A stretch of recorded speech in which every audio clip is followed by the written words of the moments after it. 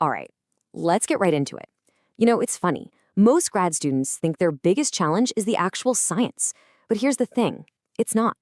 The single biggest threat to finishing your PhD is misunderstanding the relationship you have with your advisor.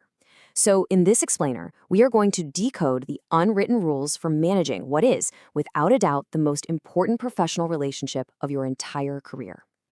Oh man, we have all been there. It is the absolute nightmare scenario. You've spent, 3 weeks on a single figure? You've been pulling late nights, you've skipped hangouts with friends, and finally, it's perfect. You walk into your PI's office, feeling so proud, you pull it up on the screen, and they just glance at it for like 5 seconds and hit you with those words, that soul-crushing phrase. Your stomach just drops, and you're left wondering, why does this keep happening? So, what's going on here? The problem probably isn't that your PI is a bad person or that they're trying to make your life miserable. The real issue is something much deeper. It's a systemic problem we call the managerial gap. And this is key. It's not a personal failure on your part, it's a structural problem that you have to learn how to navigate. And here's the heart of the matter. PIs are hired because they are brilliant scientists, right? But then overnight, they're expected to be professional managers, often with zero, and I mean zero, training on how to actually manage people. And that creates this gap. So your job, it's not just to do the science anymore, it's to be the one who strategically bridges that gap in their skill set. Okay, so if we're going to bridge that gap, we've got to understand what's going on in their head. Now, this isn't about playing psychologist. It's about understanding the core pressures, the real incentives that are driving your advisor's decisions, and, let's be honest, their entire professional life. Let's be real for a second. Your PI is basically the CEO of a small, super high-stress research startup. Their success isn't really measured by how much you grow as a person. It's measured by these 4 things: securing grants, publishing papers, making sure the lab is productive, and protecting their reputation. Every single decision they make gets filtered through that lens. So if you can align what you do and how you communicate with their goals, you're going to get what you need. Okay, so let's get into some classic PI archetypes you're probably going to run into. First up, the ghost. This is the PI who is famous in the field but totally invisible in the lab. Your emails, they just disappear into the void. The amateur move here is to just wait and worry and let your project completely stall. But the elite response, you manage up. You bridge that gap by over-communicating with proactive written updates. And here is your secret weapon for dealing with the ghost. It's called the one-question email. It is perfectly designed to be answered in 2 seconds with a simple yes or no. See, you're not asking for a deep philosophical discussion. You are forcing a tiny micro decision. This creates a paper trail proving you're moving forward, and it gives them a ridiculously easy way to nudge you back on course if they need to. Okay, now let's flip the script to the complete opposite problem. The micromanager. You know the one. They question every single method, they edit every word you write. The amateur mistake is to just wait for them to pounce and then get all defensive.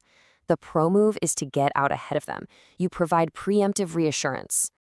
And this is what you send them. A super simple, brief plan at the start of every week. This scratches their itch for control before they feel that urge to come and hover over your shoulder. You're showing them that you're organized, that you're in command, and that builds their confidence in you, which means they feel less of a need to micromanage everything. Now look, these tactics are great, but they're not just clever little tricks. They're all symptoms of a way bigger, more profound shift you need to make internally.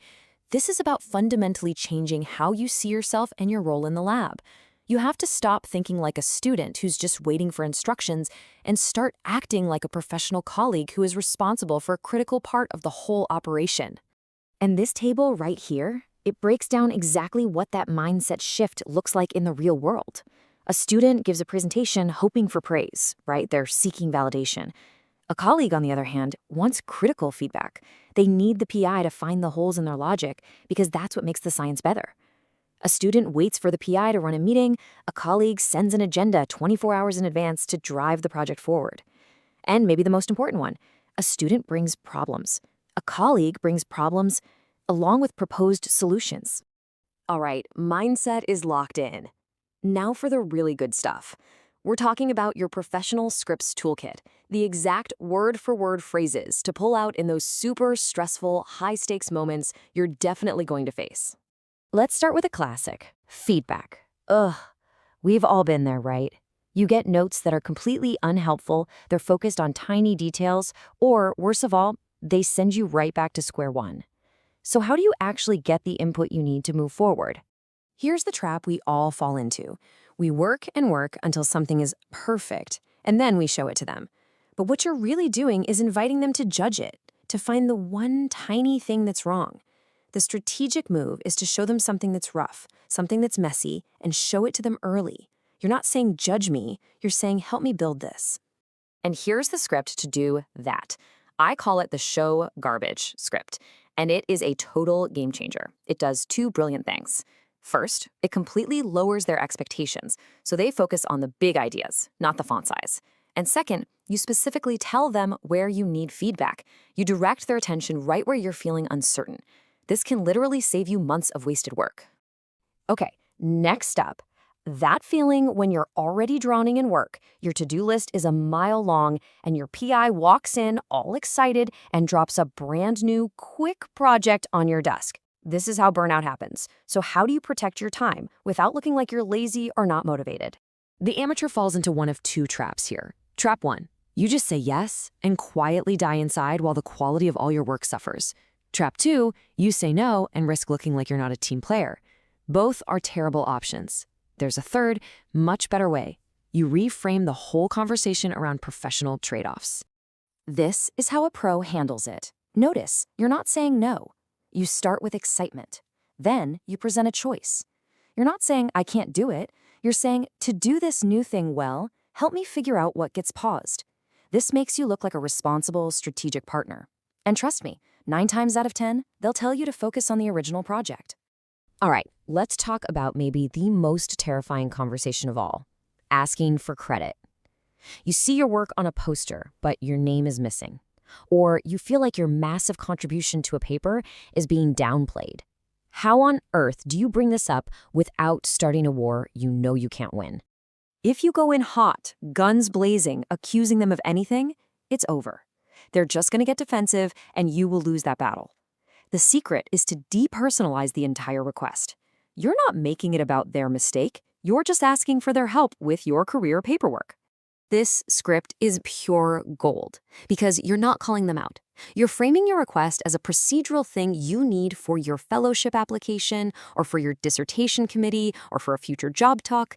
It just becomes a simple request for help with your professional documents, which is almost impossible for any reasonable advisor to say no to.